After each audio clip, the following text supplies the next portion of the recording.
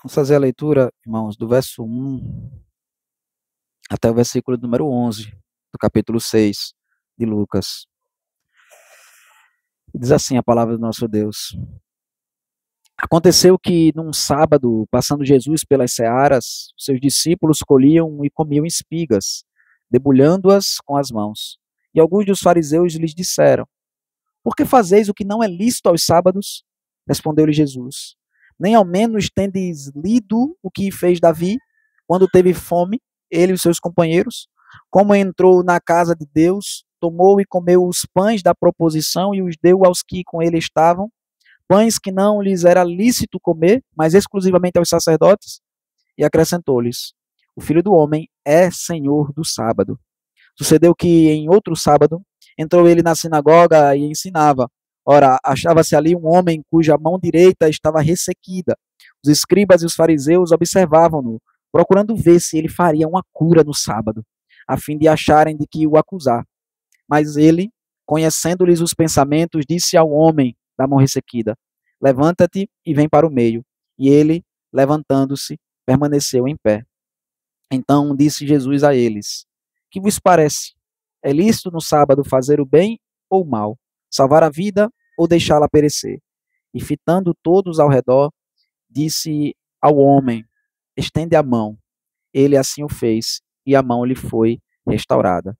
Mas eles se encheram de furor e discutiam entre si quanto ao que fariam a Jesus. Amém, irmãos. Vamos orar. Senhor Deus, Pai, nós buscamos a Tua face, Deus, porque o Senhor é maravilhoso, Pai, porque o Senhor é bondoso, porque precisamos de Ti, meu Pai, porque, meu Deus, temos o Senhor, Pai, transformando a nossa vida, Senhor, nos faz perceber, Pai, que podemos ser diferentes, meu Deus, do que temos sido, Pai. Teu Evangelho diante de nós, Pai, nos faz crer, Senhor, que o Senhor é poderoso para arrancar de nós o pecado, Pai, para nos dar olhos para enxergar a Tua glória, Senhor, mesmo nesse mundo caído e perverso, Deus. Muito obrigado, Pai, porque temos esperança, meu Deus, de vida, mesmo em meio à morte, Pai. Temos esperança, meu Deus, de alegria, Pai, de gozo, mesmo em meio à tristeza, Pai, e à angústia, Pai. Nos abençoa, meu Deus. Faz com que nós possamos ser abençoados, meu Deus, pela pregação da Tua santa palavra, Pai. Em nome do Teu Filho amado Jesus que nós oramos. Amém. Irmãos, um dos sentimentos que mais causa angústia no ser humano, né? Uma das coisas que mais traz uma tristeza para nós é quando algo que foi feito com um propósito tão magnífico, algo que tem um potencial tão grande, acaba por ser pervertido e ser usado de um modo inadequado. Né? Isso aconteceu várias vezes na história da humanidade e em nossas vidas também, diariamente. Se a gente for parar para pensar, né, quando o avião foi inventado, né, Santos Dumont ele inventou, né, se dedicou muito tempo da sua vida para inventar o avião, e depois que o avião foi inventado, ele ficou triste e amargurado, né, pelo avião, porque ele viu que os homens iam usar com propósitos de destruição e não os propósitos que ele havia idealizado, né, quando ele quis construir o avião. Da mesma forma, quando a gente vê, irmãos, uma criança, um moço, um rapaz, uma moça, né, que tinha um potencial tão grande de viver uma vida para a glória de Deus, de dedicar a sua vida, o seu tempo, a sua inteligência para conhecer mais ao Senhor, e essa pessoa acaba usando a vida dela de um modo completamente contrário e destruindo e desgraçando a sua própria vida. A gente olha para aquilo e a gente diz: que desperdício. Veja que perversão. Não foi para isso. Não foi para isso que eu criei esse filho. Não foi para isso que essa criança ela veio à existência. A mesma coisa acontece, irmãos, com a lei do Senhor. E é isso que nós temos visto aqui no livro de Lucas, nesse trecho que nós temos lido aqui do Evangelho de Lucas. Nós temos meditado desde o início e temos visto a glória do Senhor Jesus sendo revelada, né? A vinda de Cristo, como que isso é transformador, como que isso nos dá o entendimento das coisas de Deus, né? Do jeito que elas realmente foram idealizadas para ser. Jesus ele vem e ele faz o contrário do que os homens fazem. Em vez de Jesus destruir o propósito daquilo que Deus criou, ele vem restaurar o propósito daquilo que Deus havia feito, todas as coisas. E a gente vê que quando Jesus ele tem esses confrontos com os fariseus, que começou no capítulo passado, depois que Jesus já iniciou o seu ministério, já mostrou para que veio, ele veio para nos salvar, ele veio para salvar o perdido. A gente vê que há vários confrontos entre Jesus e os fariseus. A gente viu o primeiro confronto, foi quando Jesus ele curou o paralítico, né, que havia sido colocado na casa pelo telhado. E então Jesus ele vai e diz que perdoa o pecado daquele homem.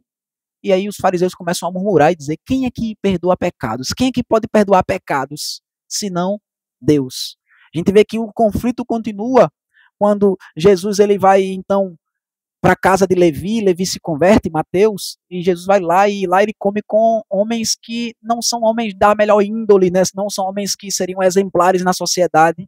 E então eles dizem: por que é que vocês comem com pecadores?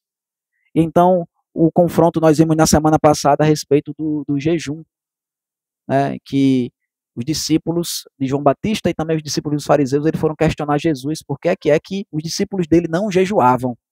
E vejam, irmãos, tanto os discípulos, os fariseus, eles não estavam essencialmente errados em nada que eles estavam dizendo. Se a gente for parar para pensar, a Bíblia de fato diz que só quem pode perdoar pecados é Deus.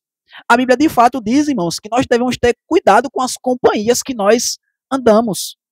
A Bíblia fala de fato que nós devemos jejuar, mas os discípulos dos fariseus, os próprios fariseus, eles perverteram o ensino bíblico, né, porque eles não conseguiam reconhecer a glória de Cristo e do Evangelho, por isso eles não entendiam mandamento algum. De fato, só quem pode perdoar pecados é Deus, e por isso que Jesus pode perdoar pecados. De fato, a gente não deve andar com pessoas que vão nos corromper a companhia, mas nós devemos pregar o Evangelho, nós devemos estar na companhia de pessoas que não são tão dignas assim, humanamente falando, pela sociedade, mas para que nós possamos abençoá-las com o Evangelho do Senhor Jesus Cristo. E nós também devemos jejuar, irmãos. Mas nós devemos ter o entendimento correto de como nós devemos fazer essas coisas. E nós vemos aqui mais uma vez os fariseus se enganando. Veja no capítulo 6, então, irmãos, os 2 primeiros versículos nos vão dizer que num dia de sábado, mais especificamente, Jesus e os seus discípulos, eles estavam caminhando, estavam passando pela seara, eles estavam colhendo então e comendo espigas, né, debulhando com as mãos. O que é que eles estavam fazendo aqui, irmãos? Jesus ele estava em um trajeto, uma viagem, ele devia estar indo para algum local para pregar o evangelho. Eles passaram então por campos. E a lei de Moisés, ela permitia, a lei do Senhor, está lá em Deuteronômio dizendo que você pode colher espigas dos terrenos de outras pessoas. Você não pode colher com uma enxada para você poder colher, para você vender e lucrar com aquilo. Mas você pode pegar com as mãos, e o texto de Lucas faz questão de deixar claro que os discípulos estavam pegando com as mãos para comer aquilo ali. Eles estavam com fome, então estavam pegando aquela comida para que eles pudessem comer. Não era para realizar uma venda, não era um roubo que eles estavam fazendo e nem um trabalho que quebrasse o dia do Senhor. Mas a gente vê que os discípulos dos fariseus, os fariseus disseram: por que fazeis o que não é lícito aos sábados?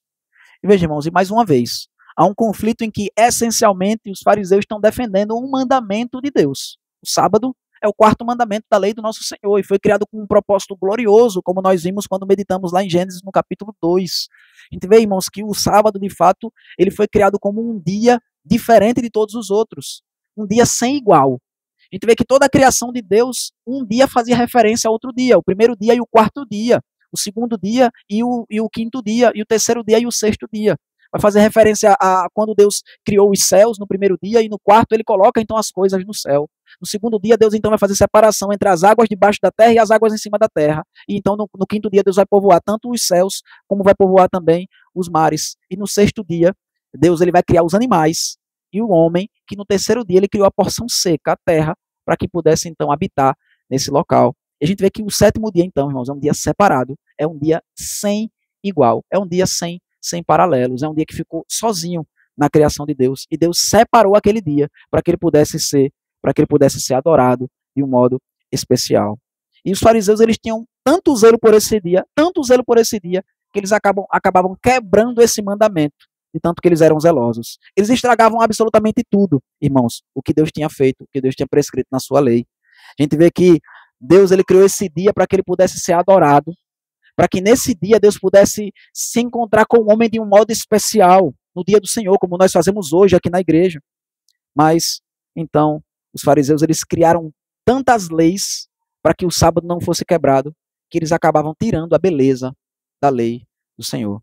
Veja, irmãos, os fariseus, eles tinham criado cerca de 39 leis, dizendo como que você deveria viver no sábado, para você não quebrar esse mandamento. E eles diziam assim, olha, você não pode andar mais de 1 milha, você pode andar até 1 milha no sábado. Porque se você andar mais do que isso, aí já é trabalho, você já não pode fazer. Você, olha, não pode fazer isso aqui que os discípulos fizeram, era a terceira lei deles lá, dizia que não podia. Você está debulhando assim o trigo aqui com a mão para você poder comer. Ele disse, isso aqui é trabalho e não pode ser feito. Então eles tinham várias leis que eles diziam, né? Você não podia pegar o seu leito, né? Por isso que está uma outra confusão com Jesus, quando Jesus disse para o homem, toma o teu leito e anda. Né? Então eles tinham criado várias leis que não faziam parte do mandamento. Então, em nenhum momento, irmãos, a gente vai ver na palavra de Deus, Jesus dizendo que a gente não deve guardar o dia do Senhor. Ele vai, assim como ele fez com o jejum, assim como ele faz com todas as outras coisas que os fariseus buscaram perverter, Jesus ele vem mostrar como nós devemos verdadeiramente obedecer ao mandamento. No texto que nós lemos, irmãos, Jesus ele vai nos explicar duas coisas acerca do mandamento que não estava tão clara assim no Antigo Testamento, mas que já estava lá. Inclusive, Jesus vai citar o Antigo Testamento para poder mostrar isso. A gente vai ver do versículo 1 ao 5, irmãos, que Jesus fala que nós devemos fazer obras de necessidade nesse dia. E do versículo 6 ao versículo 11, ele vai dizer que nós devemos fazer obras de misericórdia nesse dia. Então, Jesus restaura, assim, o propósito do mandamento. Veja que eles dizem, não é lícito fazer isso aos sábados, é o que os fariseus dizem. Mas não, você não vai encontrar na lei, irmãos, do Antigo Testamento, em nenhum momento dizendo isso aqui que os fariseus estão dizendo. Eles estão criando os mandamentos da cabeça deles e querem impor às outras pessoas, que é exatamente isso que nós chamamos de legalismo. Veja que a palavra de Deus não nos obriga a fazer, irmãos, nós não podemos obrigar as outras pessoas a fazerem. A gente pode até pôr um zelo, pôr um cuidado especial, a gente fazer determinadas coisas que a palavra de Deus não ordena, como, por exemplo, o jejum. A Bíblia não diz que você tem que jejuar todas as semanas. Os fariseus faziam isso. E que coisa maravilhosa, irmão, se a gente jejuar toda semana com o propósito correto. A grande questão é que eles faziam tanto com o propósito errado, como eles consideravam isso a própria lei de Deus. A própria lei que eles criavam, se os homens não obedecessem, eles iam chamar aquelas pessoas de ímpias. E veja, o que é que Jesus faz então com esses homens? Jesus ele fala no versículo 3, nem ao menos tendes lido o que fez Davi, quando teve fome, ele e os seus companheiros. Veja, irmãos, como é impressionante. A gente escuta Jesus falando e olha como ele destrói o argumento e a forma de pensar errada e pecaminosa dos fariseus. Ele diz, olha, vocês não leram a lei, vocês não leram a Bíblia que vocês dizem amar tanto, tantas leis que vocês criaram para obedecer à palavra de Deus. Vocês estão lendo tanto essas leis que vocês não leram mais a Bíblia, não? Vocês não estão lendo a Bíblia, que vocês estão lendo e vocês não estão entendendo. Porque, veja, na própria Bíblia diz, o Senhor Jesus fala, que Davi, junto com seus companheiros, tomaram e comeram o pão da proposição. Ele comeu e deu aos que estavam com ele. E ele diz, pães que não lhes era lícito comer, mas exclusivamente aos sacerdotes. O que é que Jesus está falando aqui, irmãos? Ele está citando um evento lá no Antigo Testamento, lá em 1 Samuel, capítulo 22, quando vai falar que, logo no começo da fuga de Davi, quando Saul começou a persegui-lo, Davi ele saiu correndo do palácio, ele saiu correndo da sua casa, e ele não teve tempo de pegar comida nem armas. Então ele passou lá onde estava o sacerdote, e ele foi pegar lá alimento e arma. Ele pegou a espada de Golias, e ele foi também lá, pediu a comida, pediu o alimento para o sacerdote. E o sacerdote disse bem assim para ele, olha, não tenho pão aqui para dar para vocês. Eles, a não ser, na verdade, olha, eu tenho o pão da proposição. O que é esse pão da proposição, irmãos? Era um pão que era colocado na mesa, que ficava no santo lugar, que o sacerdote ele tinha que toda semana, no dia de sábado, ele ia trocar aqueles pães. Eram 12 pães que ficavam ali, representando as 12 tribos de Israel, representando que as tribos de Israel devem viver na presença de Deus. Então, aqueles pães ficavam ali representando isso. Então, veja, era no dia de sábado que esses pães eram trocados. Então, foi no dia de sábado que Davi chegou lá com os seus companheiros, e ele pediu pão, e o sacerdote disse, não tenho, só tenho esse pão, que eu tirei agora lá do templo, mas olha, veja, o certo mesmo é só o sacerdote comer esse pão aqui. Esse pão aqui não pode ser comido por qualquer pessoa. No entanto, irmãos, como Davi estava com fome, ele e os seus companheiros, o sacerdote não fez cerimônias, pegou o pão e deu para Davi. Ele disse, olha, se vocês tiverem pelo menos se purificado aí, vocês podem comer esses pães aqui. E ele não achou pecado, nem Davi viu problema nisso, e nem o sacerdote viu problema nisso. E o que Jesus está falando para os fariseus é, olha, veja, no sábado, você está dizendo que não é lícito a pessoa pegar comida na seara, aqui no campo, você está dizendo que não pode pegar para comer. Ele disse, pois no sábado, Davi foi no templo e pegou a comida do templo lá e comeu. Como é que você está dizendo que não pode fazer isso? Como é que vocês estão dizendo, então, que Davi e o sacerdote, ele não comprou, eles desobedeceram a Deus ali. Eles quebraram a lei e os mandamentos do Senhor.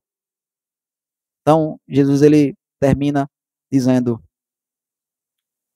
acrescentando, o Filho do Homem é Senhor do sábado. Isso é muito interessante, irmãos, porque se a gente for olhar os textos paralelos, né, tanto Mateus quanto Marcos também, eles trazem esse mesmo registro aqui. No texto de Mateus, ele vai dizer, olha, vocês não entenderam a lei de Deus. Vocês não entenderam. Se vocês estivessem lendo a lei de Deus corretamente, vocês não iam estar preocupados em ficar achando defeito nas outras pessoas, ficar sendo os fiscais da guarda do dia do Senhor. Ao invés disso, vocês iam obedecer o dia do Senhor, que é o que vocês não estão fazendo aqui. Porque a palavra de Deus diz, misericórdia quero e não sacrifícios, e vocês estão perseguindo os inocentes. Veja, irmãos, é muito triste porque quando a gente vê Jesus ele tratando sobre o dia do Senhor no Novo Testamento, Jesus em nenhum momento ele está ensinando a partir dele mesmo o quarto mandamento. O quarto mandamento é o mandamento mais tratado no Novo Testamento. Irmãos, se a gente for pensar, Jesus ele fala uma vez só a respeito do homicídio, Jesus ele fala 3 vezes a respeito do casamento, mas ele fala 6 vezes, pelo menos, a respeito da guarda do dia do Senhor. E, de novo, muitos vão querer se opor aos fariseus, como fazem também com o jejum, dizendo, olha aí, tá vendo? Por isso que eu não jejuo. A pessoa está jejuando igual os fariseus, é melhor não jejuar. E muitas pessoas também vão dizer, e infelizmente hoje em dia, irmãos, a maioria das igrejas evangélicas vão dizer que a gente não deve guardar o dia do Senhor, porque os fariseus guardavam do modo errado. No entanto, como nós já vimos, irmãos, o quarto mandamento ele é um dos 10 mandamentos que está lá nas 2 tábuas da lei. Se a gente disser que não pode e não deve mais guardar o quarto mandamento, qual o motivo que a gente tem para guardar todos os outros mandamentos? E se a gente for olhar, nós já fizemos isso, mas eu peço para que os irmãos olhem novamente lá em Deuteronômio, quando a lei é repetida. No capítulo 5 de Deuteronômio,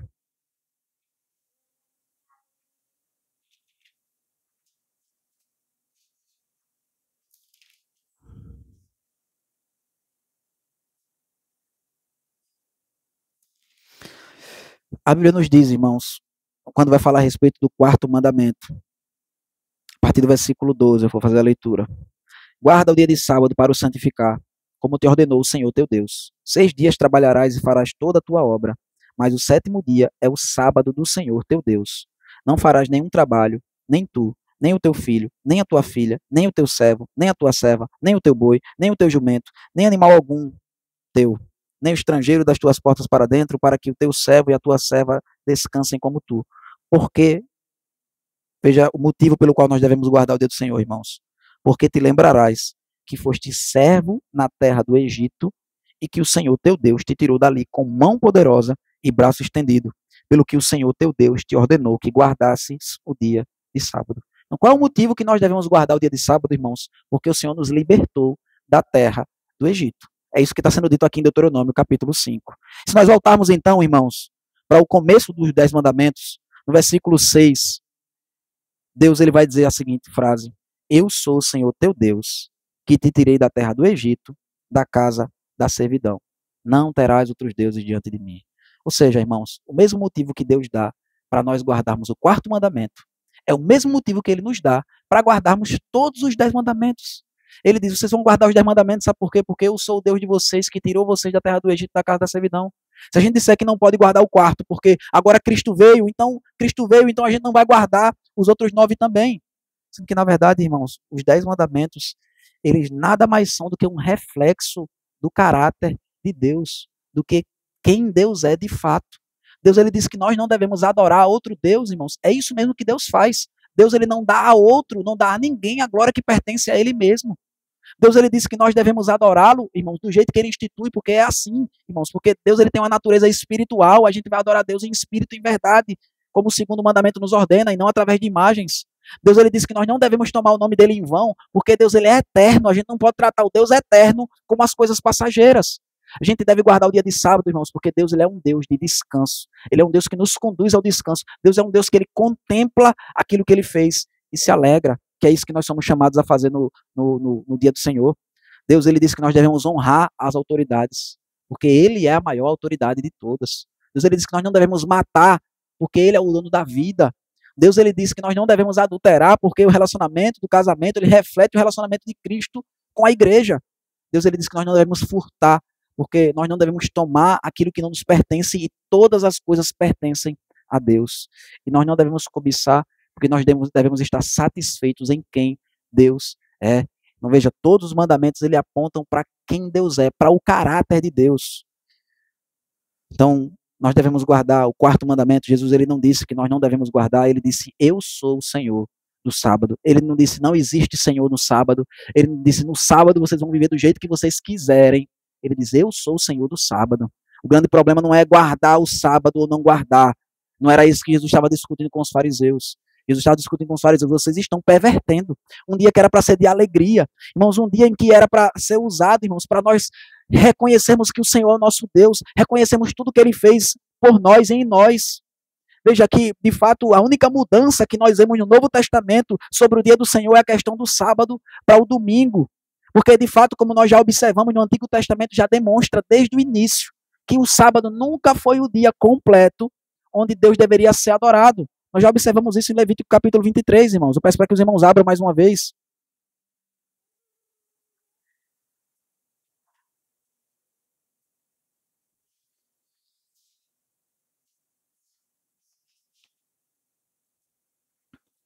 Levítico capítulo 23, irmãos, vai falar a respeito de todos os feriados que existiam no povo de Deus.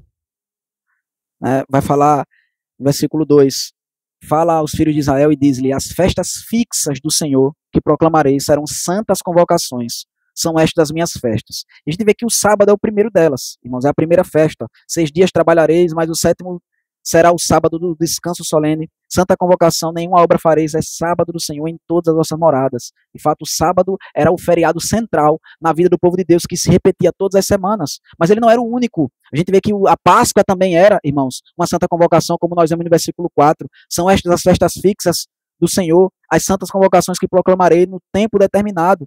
A gente vê que também as festas das primícias, irmãos, a festa do Pentecoste, o dia da expiação e a festa do tabernáculo, todas essas eram festas que eram descansos solenes, que completavam o significado do sábado do sétimo dia. Ou seja, o sétimo dia ele não era suficiente para abordar todo o descanso que Deus, que através do Messias, ele traria para o seu povo. Além desses dias aqui, ainda tem também o ano do jubileu, que acontecia a cada 50 anos. Então veja, irmãos, todas essas festas, só o sábado que caía no sétimo dia da semana. Os outros descansos, todos eles iam mudando ao decorrer dos anos. Vejam, Deus ele poderia, irmãos, ter feito as festas fixas todas no sábado. Se ele tivesse feito isso, então o dia seria inalterado. Porque, veja, ele poderia fazer como nós comemoramos o dia dos pais, o dia das mães. Deus poderia dizer assim, olha, a festa da Páscoa vai ser no segundo sábado do mês. A festa do Pentecoste vai ser no quinto sábado do mês. A festa do dia da expiação vai ser no terceiro sábado do mês. Então ele poderia estar estabelecendo qual mês e qual sábado daquele mês seria a festa. Mas Deus ele fez de propósito, irmãos, que o sábado não contesse tudo. Nós só temos 2 festas aqui que eram marcadas em dias específicos, que era a festa da Páscoa, irmãos. No primeiro dia, a gente vê que no dia depois do sábado, haveria uma santa convocação, na festa das primícias e na festa do Pentecostes. Essas 2 festas, a festa das primícias e a festa do Pentecostes, ocorriam já no domingo, desde o Antigo Testamento. E todas as outras festas variavam, todas as vezes, todos os anos. O que é que isso representa, irmãos? Um dia só, no Antigo Testamento, só o sábado, ele não era capaz de abranger tudo o que Cristo ia fazer. Mas a gente vê, irmãos, então, depois que Cristo veio, e ele realizou toda a sua obra, que abrange o sábado, abrange a Páscoa, abrange o dia da expiação, abrange as primícias, abrange o Pentecostes, abrange a festa dos tabernáculos, abrange até o ano do jubileu. A gente vê que quando Deus realiza tudo isso através de Cristo, então só há um dia no Novo Testamento em que é ordenado que nós adoremos a Deus. A gente vê que depois da ressurreição de Cristo, quando Cristo ele cumpre e completa toda a sua obra, a gente vê que a partir daí, no primeiro dia da semana, é o único dia em que a igreja vai se reunir. Então, Jesus, ele é o Senhor do sábado, irmãos. E a palavra sábado não significa o dia da semana sábado. A palavra sábado significa justamente descanso. É por isso que no Evangelho de Mateus, irmãos, esse texto, se irmãos forem olhar lá no capítulo 12 de Mateus, o texto que vem antes desse, falando a respeito desse embate entre Jesus e os fariseus, vai ser o texto que Jesus vai dizer: vós que estáis cansados e sobrecarregados, todos vós, venham a mim, e eu vos aliviarei. Veja, Jesus ele está falando a respeito do descanso, que é para onde o dia do Senhor aponta. E por que nós ainda aguardamos o dia do Senhor, já que Jesus Cristo já realizou completamente a obra de salvação? Porque nós ainda aguardamos o descanso completo. O dia do Senhor é o memorial, irmãos, é aquilo que nós guardamos hoje, com a expectativa de que nós iremos adorar a Deus para sempre e eternamente.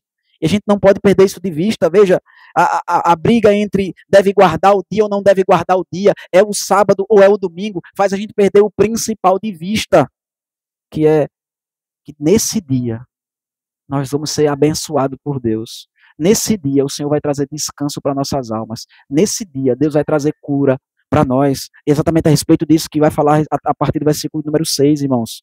A Bíblia diz que em outro sábado entrou ele na sinagoga e ensinava. Ora, achava-se ali um homem cuja mão direita estava ressequida. Os escribas e os fariseus observavam-no, procurando ver se ele faria uma cura no sábado, a fim de acharem de que o acusar. Veja, irmãos, que loucura dos fariseus. Tem um homem ali doente, e eles não se compadecem daquele homem. Eles acham aquilo ali uma ocasião maravilhosa para eles verem se Jesus vai fazer uma coisa horrível no sábado. Vamos ver se ele vai curar no sábado, para a gente poder acusar ele de alguma coisa. Veja que loucura, irmãos, e que perversidade do coração do homem. Em vez de eles estarem na igreja, adorando a Deus no dia do Senhor, eles estavam ali preocupados se eles iam encontrar erro no Senhor Jesus Cristo. Em vez de eles estarem ouvindo, prestando atenção na mensagem que Jesus está proclamando, eles estavam preocupados em se Jesus ia curar ou não. Veja que coração e que mente pervertidas. Em vez de desfrutar do dia do Senhor, em vez de se alegrar no dia do Senhor, está preocupado com o que pode e o que não pode fazer no dia. Veja, irmãos, Jesus ele chama o homem para o centro. Veja, Jesus não faz nada, ele não está querendo fazer as coisas nas escondidas, irmãos.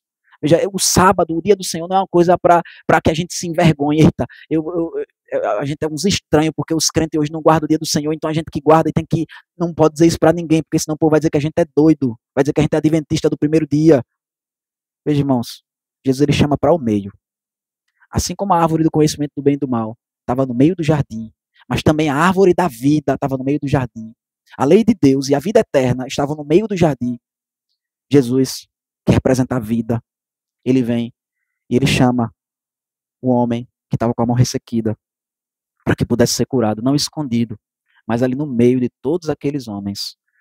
Vejam, irmãos, que todas as curas que a gente vê Jesus realizando em todos os evangelhos, eles representam a condição espiritual dos homens. Veja, quando a gente viu a cura do paralítico, nós meditamos sobre isso, que a nossa paralisia espiritual é muito pior do que se a gente não pode andar.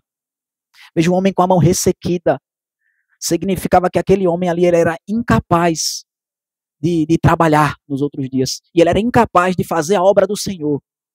Veja, faz questão de dizer, irmãos, a Bíblia que era a mão direita daquele homem que estava ressequida, ou seja, a principal ferramenta que um homem tem para trabalhar. Ele não podia trabalhar.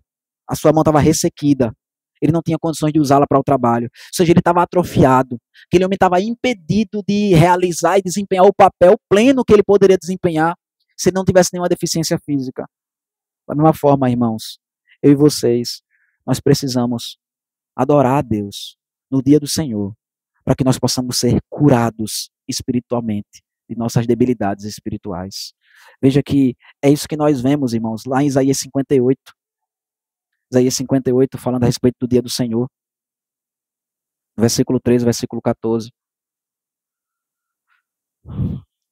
A palavra de Deus nos diz: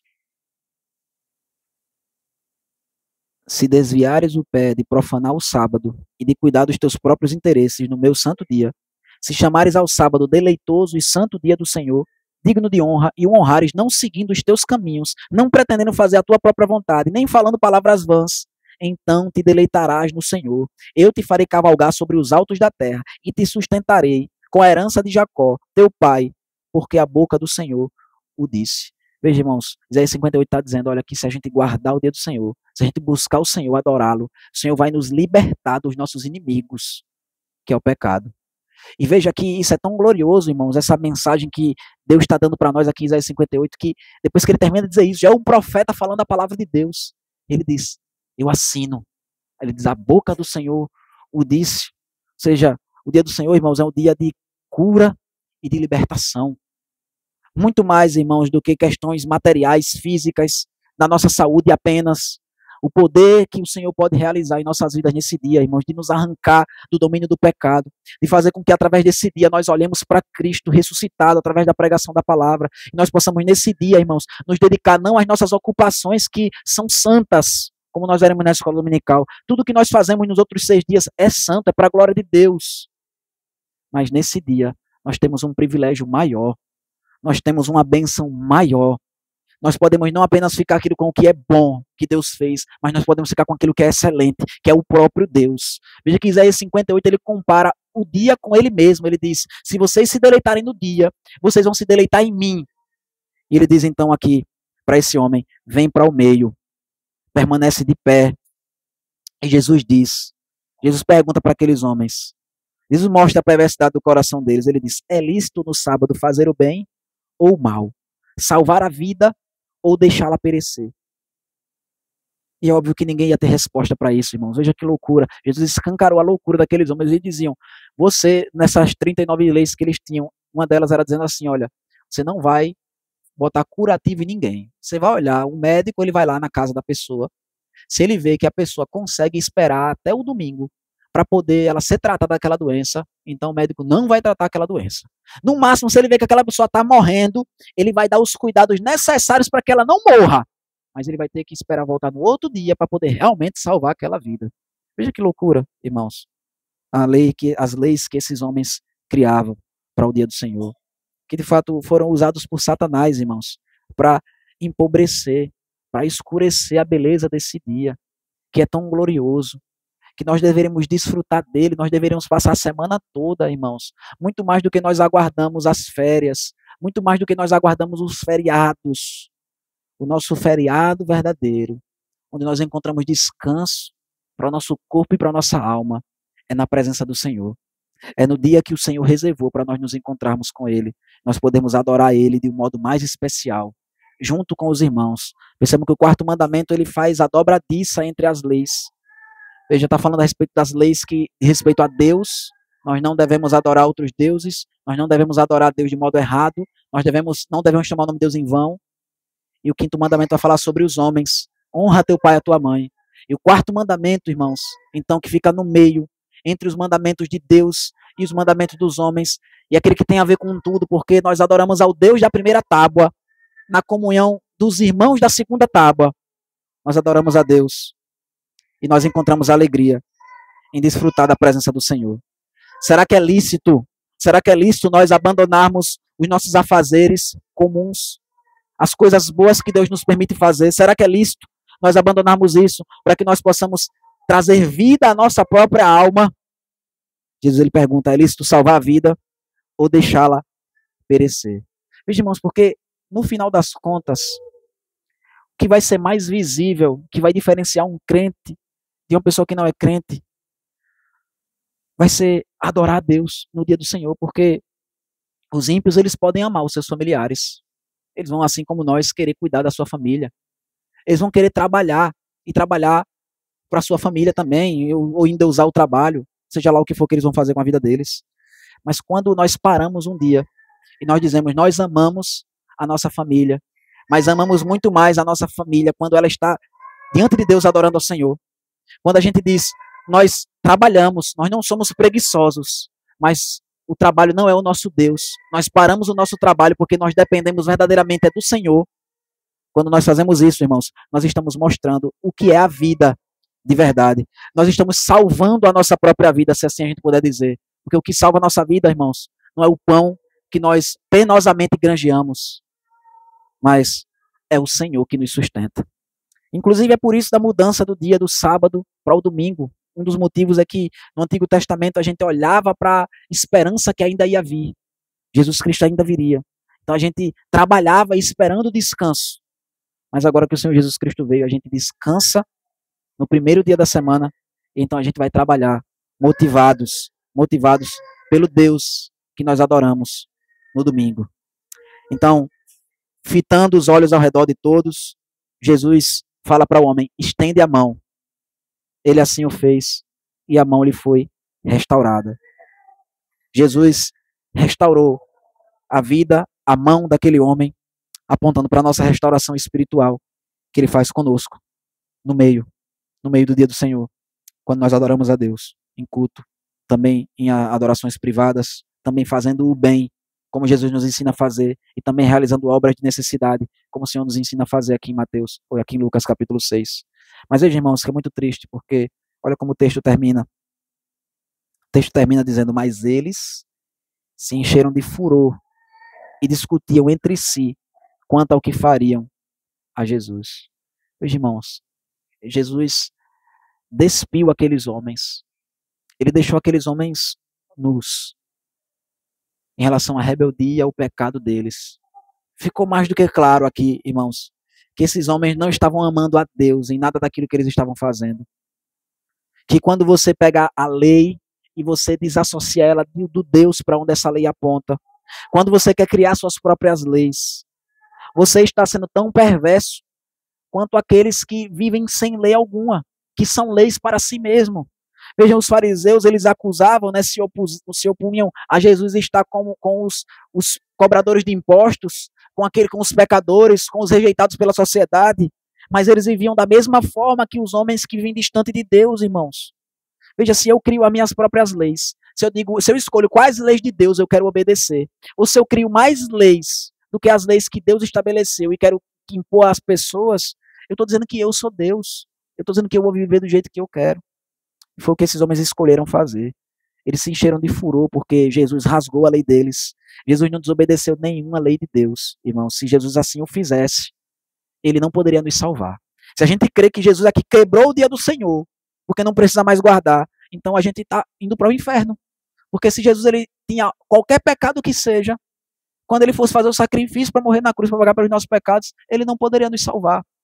Mas porque Jesus guardou a lei perfeitamente, inclusive o quarto mandamento, nós podemos ter alegria, sabendo que o Senhor é nosso Deus, sabendo que nós diante dele estamos e vivemos em obediência, não porque queremos alcançar, como os fariseus queriam alcançar o agrado de Deus com a obediência deles, mas nós obedecemos a Deus, irmãos, alegres, repousamos, descansamos no Senhor, porque essa é a grande obra que o Senhor Jesus nos chamou para fazer, é crer, é confiar. É confiar que a gente pode guardar o quarto mandamento e não vai faltar o pão na nossa mesa. É confiar que a gente pode guardar todos os mandamentos e isso vai trazer muito mais prazer para a nossa alma do que se a gente precisar desobedecer a lei do Senhor. Que Deus nos abençoe, irmãos, porque Cristo é o nosso descanso. E no Evangelho do Senhor Jesus Cristo a gente encontra motivação para obedecer a lei de Deus. Amém, irmãos?